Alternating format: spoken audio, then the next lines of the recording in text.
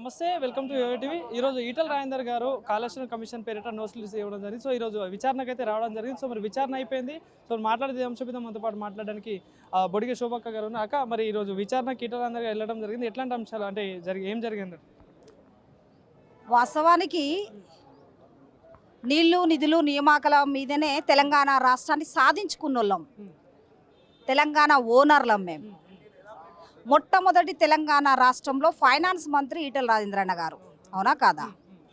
Kaleshwaram project వల్ల పగుళ్ళు వచ్చిందంటే అంటే దానికి కాంగ్రెస్ పార్టీ కుట్ర చేసి వాళ్ళ రాజేందర్ అన్నను ఒక ఫైనాన్స్ మంత్రిని విచారణకు రప్పించినంటే దాంట్లో అసలు అర్థమే లేదు. ఎందుకంటే క్యాబినెట్ ఆమోదం చేయాలి, ఇంజనీర్ల ప్లాన్ ప్రకారమే బడ్జెట్ కేటాయిస్తారు. ఆ బడ్జెట్ను రిలీజ్ చేసేది ఈటల రాజేంద్రన్న ఫైనాన్స్, అవునా కదా? దీనంతటికి ఓల్ అండ్ సోల్ రాష్ట్ర ముఖ్యమంత్రి కేసీఆర్ గారు, అవునా కాదా? మేము చాలా విన్నాం. 80,000 పుస్తకాలు చదివినన్నాడు, కాళేశ్వరం ప్రాజెక్టుకు మొత్తం ఇంజనీర్ నేనే అన్నాడు.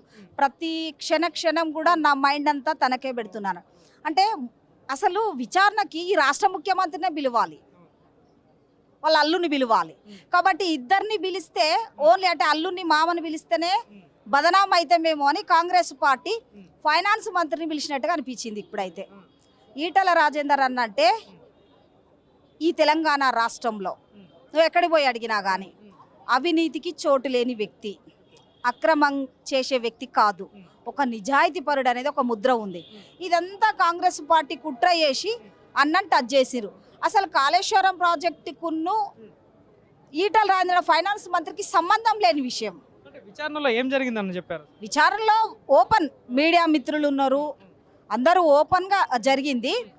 తనని అడిగిన క్వశ్చన్లు అన్నిటికి కూడా అన్నగారు జవాబు చెప్పిండ్రు.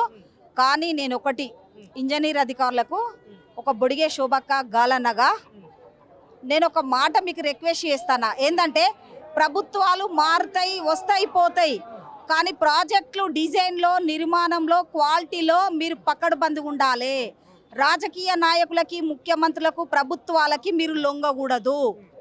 మీరు నిక్కచ్చిగా ఉన్నప్పుడే ప్రాజెక్టులు కానీ పనులు కానీ కరెక్ట్గా ఉంటాయి. కాబట్టి మీరు ఆనాడు కేసీఆర్ మాటకు లొంగినరా? మీ నిర్ణయం తప్ప, మీరు వేసిన డిజైన్ తప్ప. అసలు మీ రిపోర్ట్ ఏందో బయటికి రావాలి. కానీ ఒక బొడిగే శోభక్క మాజీ ఎమ్మెల్యేగా, ఒక ఉద్యమకారురాలుగా దోషులెవలో విచారణ అయిపోయిన తర్వాత దోషులెవలో బయటికి రావాలి. ఆ దోషులను తప్పకుండా ఈ తెలంగాణ రాష్ట్రంలో శిక్ష అనేది పడాలి. అప్పుడే ప్రజలు ఎవరు మంచోళ్ళు, ఎవరు నష్టం చేసిండ్రు అనేది ఇవాళ తేట కావాలి. ప్రాజెక్టులో అవినీతి జరిగిందని నమ్ముతున్నారు. అంటే ఇప్పుడు కాంగ్రెస్ పార్టీ ఎన్నికల ప్రచారంలో వాళ్ళు ఏం మాట్లాడినరు? కల్వకుంట్ల కుటుంబము తిన్నదంతా కక్కిస్తామన్నారు కదా, ఆ దాంట్లో భాగంగానే నడుస్తుంది అనిపిస్తుంది. కాబట్టి తిన్నది కక్కిస్తారా, కక్కియరా, ఈ విచారణలో తేలాలి.